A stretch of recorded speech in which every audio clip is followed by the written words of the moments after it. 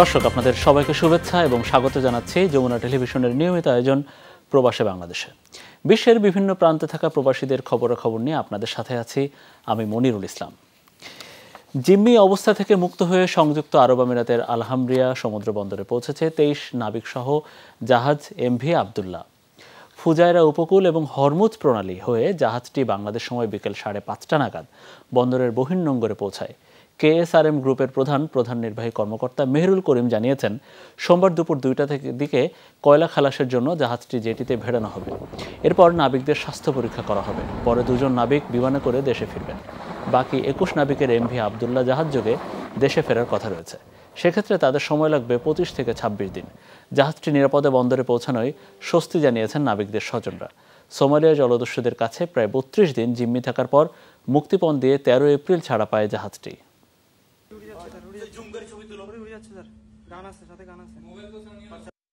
দুপুরে কথা হয়েছে, মানে ওরা খুব খুশি দেখা গেল, মানে আমরা অ্যাঙ্করে যাচ্ছি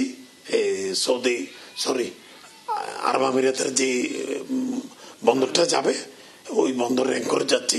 আনন্দ হচ্ছে অবশ্যই, মানে সবাই মিলে কোরবানি ঈদ করবো। আমাদের সময় দুপুর 12টা জাহাজের পাইলট বুক করা হয়েছে এবং জাহাজ দুবাই টাইম দুপুর 12টা, আমাদের সময় বিকাল 2টার দিকে ইনশাল্লাহ বাড়তে পৌঁছাবে। দর্শক, বিষয়ে বিস্তারিত জানবো আমরা। সংযুক্ত আরব আমিরাত থেকে আমাদের সহকর্মী মেহেদি রুবেল সেখান থেকে এই বিষয়ের খোঁজ খবর রাখছেন। রুবেল, একটু জানতে চাই আপনার কাছে, আলহামরিয়া যে সমুদ্র বন্দরের বহির্নোঙরে পৌঁছেছে আমরা এতটুকু জানতে পেরেছি, তো আপনি ওই নাবিকদের সম্পর্কে একটু খোঁজ খবর নিতে পেরেছেন কিনা, তাদের কি অবস্থা এবং আসলে পরবর্তী প্রক্রিয়াটি কি হবে একটু যদি জানেন, এবং সেই দুবাই কর্তৃপক্ষ বা দুবাই বন্দর কর্তৃপক্ষ এই ব্যাপারে কোনো পদক্ষেপ কি পদক্ষেপ নিয়েছে? মনির, আপনি জানেন গেল মাসের 13ই মার্চ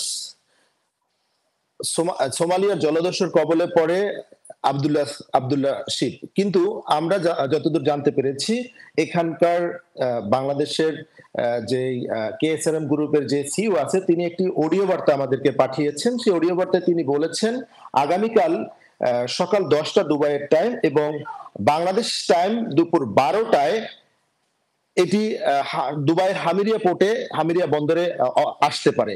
এছাড়া যারা এখানকার নাবিক আছে, সেই নাবিকদের ক্ষেত্রে আমরা যতটা জানতে পেরেছি যে 23 বাংলাদেশি নাবিক আছে, তারা স্বাস্থ্যগতভাবে ভালো আছে। যদি কোনো নাবিক আসার পরে ভিসা জটিলতা থাকে, ভিসা জটিলতা প্রক্রিয়া শেষ করার পরে তাদের হামিরিয়া পোর্ট অথবা দুবাই হসপিটালে তাদেরকে চিকিৎসার জন্য নিয়ে আসা হবে, এতটুকু আমরা জানতে পেরেছি। তাছাড়াও এখানকার যে কনসাল জেনারেল আছে বিএম জামাল হোসেন সাহেব, তিনিও সার্বক্ষণিক এই বিষয়ে খোঁজ খবর নিচ্ছেন এবং আমরা তাদের সাথে যোগাযোগ করেছি।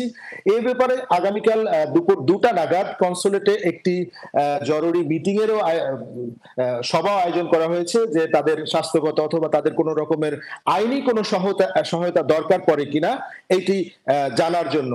এবং তিনি এবং জাহাজের যে মালিক পক্ষ আছে তারাও বলছেন আসার পরে যে সামনের যেই যতগুলো ব্যাপার আছে সেগুলো তিনি আমাদেরকে জানাবে। মনির জি, অনেক ধন্যবাদ আপনাকে মেহেদি রুবেল। আমরা দুবাই থেকে জানছিলাম, যে সংযুক্ত আরব আমিরাত থেকে জানছিলাম যে বাংলাদেশের এমভি আবদুল্লাহ, সেটা নিয়ে। কাতারে কাজ করছে 4 লাখ বাংলাদেশি কর্মী। দেশটি আরও দক্ষ জনশক্তি নিতে চায়। এ বিষয়ে আগামীকাল সমঝোতা স্মারক সই হবে।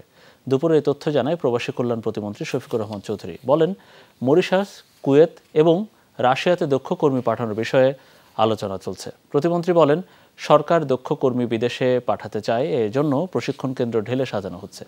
তিনি জানান 31 মের পরে মালয়েশিয়ায় কর্মী পাঠানোর পদ্ধতিতে পরিবর্তন আসবে। সে বিষয়ে আলোচনার জন্য দূতাবাসের মাধ্যমে যোগাযোগ হচ্ছে বলেও জানান সচিব রুহুল আমিন।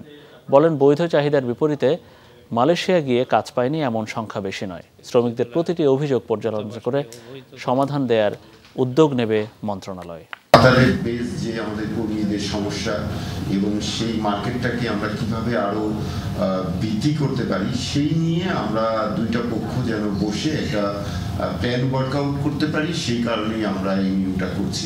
দক্ষ শ্রমিক প্রেরণের লক্ষ্যে আমাদের টিটিসিগুলোকে আমরা ঢেলে সাজাতে সক্ষম সাজানোর জন্য ব্যবস্থা করতেছি। দক্ষতা অর্জন করার পরে তাদেরকে যদি আমরা প্রেরণ করতে পারি তাহলে দেশেরও সুনাম।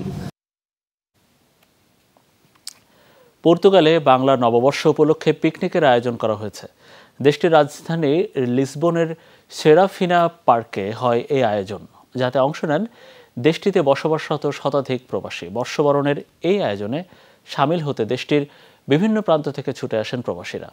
পর্তুগাল থেকে সহকর্মী জহুরুল ইসলাম মুনের প্রতিবেদনে বিস্তারিত।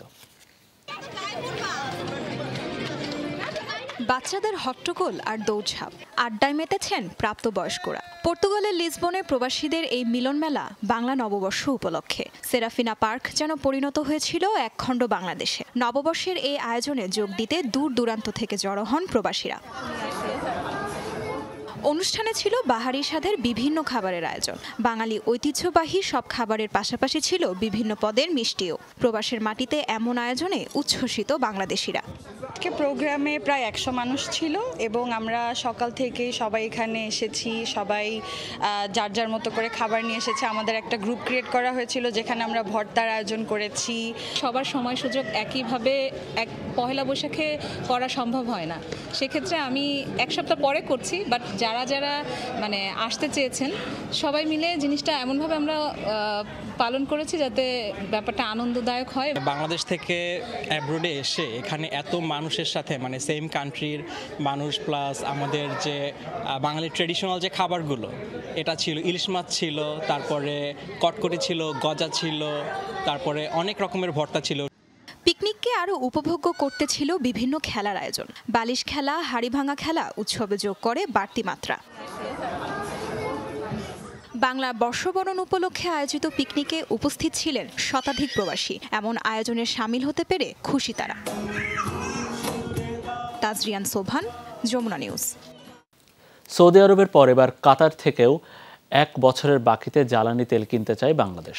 দেশটির আমিরের আসন্ন ঢাকা সফরে এ নিয়ে আলোচনা হবে বলে জানিয়েছেন পররাষ্ট্রমন্ত্রী।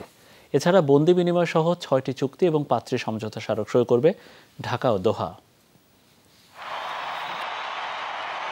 প্রায় 2 দশক পর ঢাকা আসছেন মধ্যপ্রাচ্যের প্রভাবশালী দেশ কাতারের আমির Sheikh Tamim bin Hamad Al Thani. দুদিনের সফরে রাষ্ট্রপতি মোহাম্মদ শাহাবুদ্দিন ও প্রধানমন্ত্রী শেখ হাসিনার সাথে বৈঠক করবেন তিনি।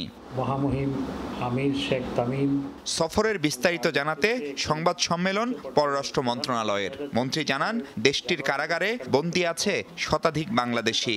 তাদের ফিরিয়ে আনার পথ খুলছে আমিরের ঢাকা সফরে। দুই দেশের মধ্যে দণ্ডপ্রাপ্ত ব্যক্তিদের বন্দী সংক্রান্ত তো চুক্তি অনুষ্ঠিত হবে, চুক্তি স্বাক্ষরিত হবে। সুতরাং এটিতে আলোচনার মধ্যেই সীমাবদ্ধ নয়, চুক্তি স্বাক্ষরিত হতে যাচ্ছে। বন্দি বিনিময় ছাড়াও আরও 5টি করে চুক্তি ও সমঝোতা হবে এবারের সফরে। তার মধ্যে থাকছে জ্বালানি আমদানি ও দক্ষ জনশক্তি রপ্তানির মতো ইস্যুও। এই সফরে 11টি দ্বিপক্ষীয় দলিল স্বাক্ষরের কথা রয়েছে, তার মধ্যে 6টি চুক্তি এবং 5টি সমঝোতা স্মারক। দ্বৈত কর পরিহার ও কর ফাঁকি সংক্রান্ত চুক্তি, আইনগত বিষয়ে সহযোগিতা সংক্রান্ত চুক্তি, সাগর পথে পরিবহন সংক্রান্ত চুক্তি, উভয় দেশের পারস্পরিক বিনিয়োগ উন্নয়ন ও সুরক্ষা সংক্রান্ত চুক্তি, দুদেশের মধ্যকার দণ্ডপ্রাপ্ত ব্যক্তিদের বন্দী সংক্রান্ত চুক্তি, যৌথ ব্যবসা পরিষদ গঠন সংক্রান্ত চুক্তি। প্রশ্নোত্তরে আসে জ্বালানি আমদানিতে ডলার সংকটের কথাও। সেক্ষেত্রে দোহার কাছে কিছুটা সুবিধা চাইবে ঢাকা। আমরা সৌদি আরবের সাথে 1 বছরের ডেফার্ড পেমেন্টে আমরা চেয়েছি। তো কাতারের সাথে আমরা আলোচনা অবশ্যই, যেহেতু কেনার ব্যাপারে আলোচনা এবং কিনিও আমরা, সেখানে ডেফার্ড পেমেন্টের বিষয়টি আসতে পারে। সফরে মধ্যপ্রাচ্য সংকট, বিশেষ করে ফিলিস্তিন পরিস্থিতি নিয়েও আলোচনা হবে। আর আমিরের নামে ঢাকায় একটি সড়ক ও পার্কেরও নামকরণ করতে যাচ্ছে উত্তর সিটি কর্পোরেশন। নিরপরাধ মানুষকে হত্যা করা হচ্ছে। মাহফুজ মিশু, যমুনা নিউজ, ঢাকা। পররাষ্ট্রমন্ত্রী ডক্টর হাসান মাহমুদের সাথে সৌজন্য সাক্ষাৎ করেছেন পাকিস্তানের হাই কমিশনার সৈয়দ আহমেদ মারুফ। এ সময় দ্বিপাক্ষিক বিভিন্ন ইস্যুতে আলোচনা করেন তারা। তবে সৌজন্য সাক্ষাতে মুক্তিযুদ্ধের আগে তৎকালীন বাংলাদেশের সম্পদের ক্ষতিপূরণ চাওয়ার বিষয়টি আসেনি জানিয়ে মন্ত্রী বলেন, দ্বিপাক্ষিক বৈঠকে এ নিয়ে কথা বলবে ঢাকা। পাকিস্তানের হাই কমিশনার জানিয়েছেন, সৌহার্দ্যপূর্ণ পরিবেশে কথা হয়েছে, তবে সাংবাদিকদের কোনো প্রশ্ন নেননি পাকিস্তানি দূত।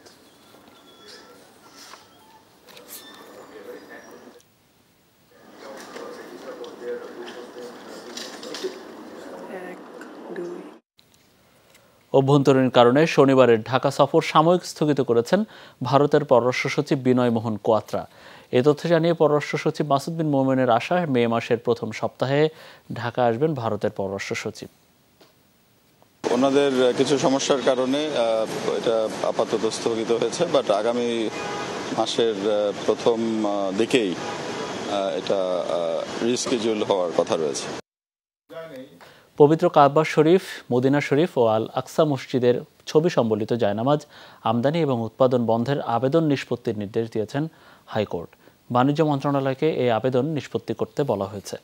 বিচারপতি মোস্তফা জামান ইসলাম ও বিচারপতি মোহাম্মদ আতাবুল্লাহর হাইকোর্ট বেঞ্চ আজ আদেশ দিয়েছেন। গত 29 জানুয়ারি পবিত্র স্থানের ছবি সম্বলিত জায়নামাজ বিক্রি, আমদানি ও উৎপাদন বন্ধের নির্দেশনা চেয়ে হাইকোর্টে রিট করেন আরিফুর রহমান নামের এক ব্যক্তি। গত 29 জানুয়ারি হাইকোর্টের সংশ্লিষ্ট বিভাগে রিট দাখিল করা হয়। এতে বাণিজ্য ও শিল্প মন্ত্রণালয়ের সচিবকে বিবাদী করা হয়েছে।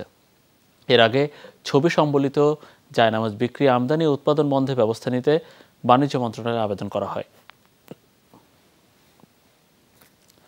হঠাৎই ব্যস্ত বিমানবন্দরের দখল নিল সার্কাস দল। স্টেজ বা মঞ্চের বালায় নেই, জনাকীর্ণ বিমানবন্দরের ফ্লোরেই চলল সার্কাস প্রদর্শনী। বিমানের অপেক্ষায় থাকা যাত্রীরা কিছুক্ষণের জন্য নির্মল আনন্দে উপভোগ করলেন বর্ণিল স্বাদের পারফরমেন্স। শনিবার অভিনব এই দৃশ্য দেখা যায় রোমানিয়ার রাজধানী বুখারেস্টের এয়ারপোর্টে। বিশ্ব সার্কাস দিবস উদযাপন উপলক্ষে এই উদ্যোগ ছিল। সাধারণত বিমানবন্দর মানে যাত্রীদের দৌড়ঝাঁপ আর নানা ধরনের ব্যস্ততা। অবশ্য শনিবার রোমানিয়ার বুখারেস্টে দেখা গেল ভিন্ন দৃশ্য।